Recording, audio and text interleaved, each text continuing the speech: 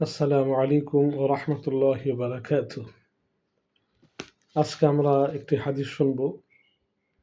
পরকালের ৩টি সময়ের কথা স্মরণ করে কান্না করা উচিত, মাঝে মাঝে কান্না করা উচিত, এই সম্পর্কে একটা হাদিস শুনব।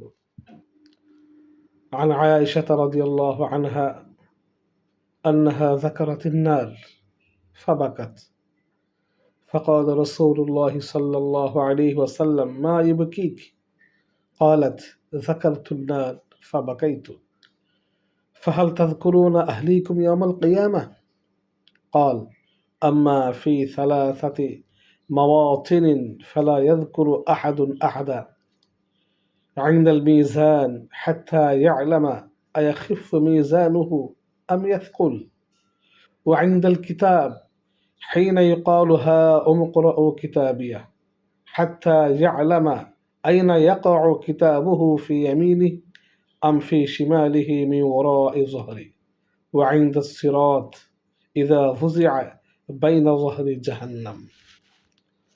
হযরতে আয়েশা রাদিয়াল্লাহু আনহা সম্পর্কে বর্ণিত হয়েছে, একবার হযরত আয়েশার জাহান্নামের কথা স্মরণ হলে তিনি কাঁদতে থাকেন, তিনি প্রচুর কাঁদেন। মহানবী সাল্লাল্লাহু আলাইহি ওয়াসাল্লাম তাকে জিজ্ঞাসা করেন, আয়েশা, কোন জিনিস তোমাকে কাঁদাচ্ছে?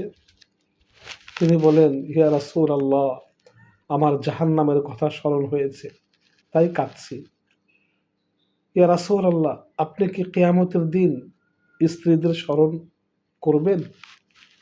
মহানবী সাল্লাল্লাহু আলাইহি ওয়াসাল্লাম ইরশাদ করেন, পরকালে 3টি সময় এমন হবে যখন কেউ কাউকে স্মরণ রাখবে না। প্রথম সময়টি হবে তখন যখন আমল ওজন করা হবে, তখন নেকির পাল্লা হালকা হবে নাকি ভারী হবে, সেই চিন্তায় প্রত্যেক মানুষ পেরেশান থাকবে, মানুষকে পেরেশান রাখবে। দ্বিতীয় সময়টি হলো আমল নামা হাতে দেওয়ার সময়। যখন আমল নামা হাতে দিয়ে বলা হবে, এই নাও পড়ো তোমার আমল নামা, তখন আমল নামা তার ডান হাতে দেওয়া হবে নাকি পিছন দিক দিয়ে বাম হাতে, সেই চিন্তায় পেরেশান থাকবে মানুষ। আর তৃতীয় সময়টি হলো পুলসিরাত পার হওয়ার সময়, যখন তা জাহান্নামের উপরে স্থাপন করা হবে, মানুষ তার উপর দিয়ে পার হবে, তখন পেরেশান থাকবে, নিচে জাহান্নামের আগুন দাও দাও করে জ্বলবে, পড়ে যাবে নাকি পার হয়ে জান্নাতে যাবে। মানুষ এই 3টা সময় অনেক পেরেশান থাকবে।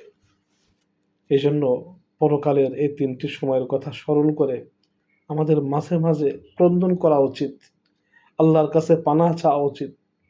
এই 3 জায়গার যে কোনো এক জায়গায় যদি আমরা ক্ষতিগ্রস্ত হই, তাহলে আমাদের জাহান্নাম ছাড়া কোনো উপায় নাই।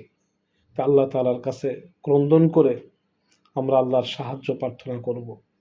মহানবী সাল্লাল্লাহু আলাইহি ওয়াসাল্লামের সুপারিশ এবং শাফাআত লাভের জন্য তার আনুগত্য করব, তার সুন্নতের অনুসরণ করব। আমিন।